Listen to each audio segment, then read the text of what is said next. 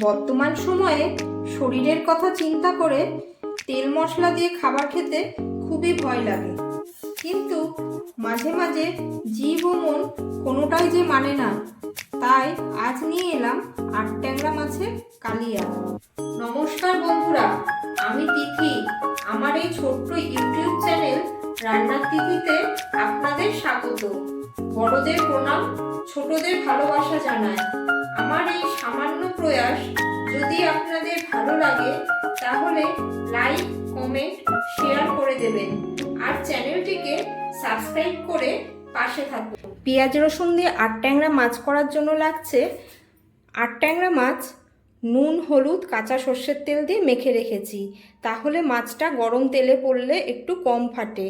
এছাড়াও লাগছে আলু, পেঁয়াজ কুচি, রসুন বাটা, আদা বাটা, টমেটো কুচি, চেরা কাঁচা লঙ্কা, সর্ষের তেল, ফোড়নের জন্য সাদা জিরে, তেজপাতা, হলুদের গুঁড়ো, জিরের গুঁড়ো, লঙ্কার গুঁড়ো, ধনের গুঁড়ো আর নুন। এই কটি উপকরণ দিয়েই আজকে আমি রান্না করব আট ট্যাংরা মাছ। এবার আমি রান্নাটা শুরু করছি। রান্নাটা শুরু করার জন্য প্রথমেই আমি কড়াইয়ে সর্ষের তেল দিয়ে দেব।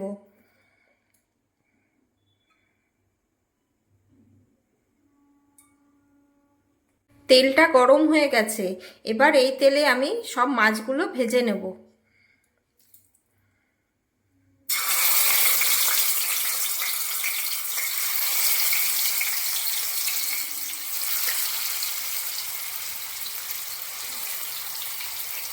সব মাছগুলো সুন্দর লাল লাল করে ভাজা হয়ে গেছে।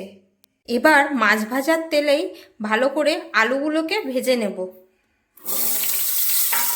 সামান্য একটু নুন দিয়ে দেব। নুন দিয়ে ভালো করে আলুগুলোকে ভেজে নেব।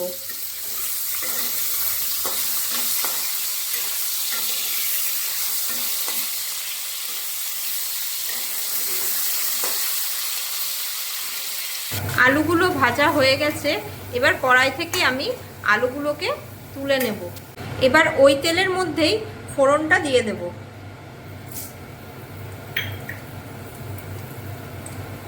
ফোড়নটা একটু লাল করে ভেজে নেব।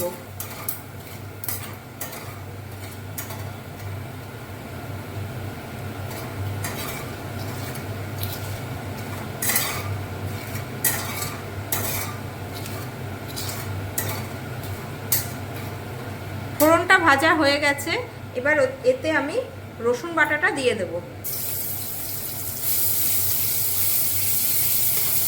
রসুন বাটাটা আগে দেওয়ার কারণ হলো রসুনটাকে ভালো করে ভেজে নিলে এর কাঁচা গন্ধটা চলে যায়।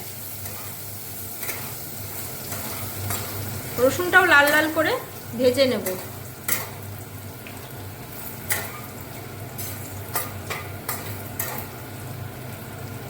এবার এতে আমি পেঁয়াজটা দিয়ে দেব।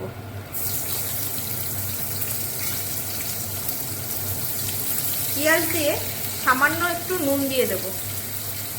দিয়ে ভালো করে পেঁয়াজটাকে লাল করে ভেজে নেব। পেঁয়াজটা লাল করে ভেজে নিয়েছি, এবার এতে আদা বাটা, টমেটো কুচি আর চেরা কাঁচা লঙ্কা দিয়ে দেব। দিয়ে এটাকেও কিছুক্ষণ নেড়ে চেড়ে নেব। এবার এতে সামান্য জল দেব। জল দিয়ে একে একে সব মশলাগুলো দিয়ে দেব। হলুদ গুঁড়ো 1.5 চামচ, 3 চামচ জিরের গুঁড়ো,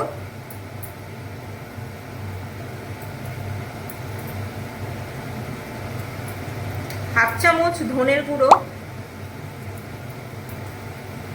আর 1 চামচ লঙ্কার গুঁড়ো, আর দেব সামান্য নুন।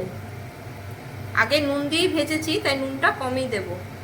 দিয়ে সব মশলাগুলো সুন্দর করে মিশিয়ে ভালো করে কষিয়ে নেব। সব মশলাগুলো কিছুক্ষণ কষিয়ে নিয়েছি, এবার এতে একটু জল দিয়ে আলুগুলো দিয়ে দেব। দিয়েও কিছুক্ষণ আবার কষিয়ে নেব।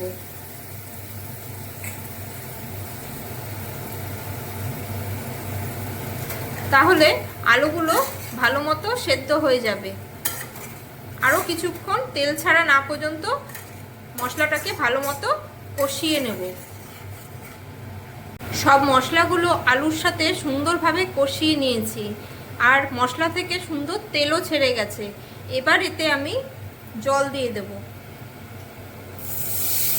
জলটা কমই দেব, কারণ এটা মাখা মাখা হবে। জল দেওয়ার পর ঝোলটা সুন্দর ফুটে উঠেছে। এবার এতে আমি একে একে সব মাছগুলো দিয়ে দেব।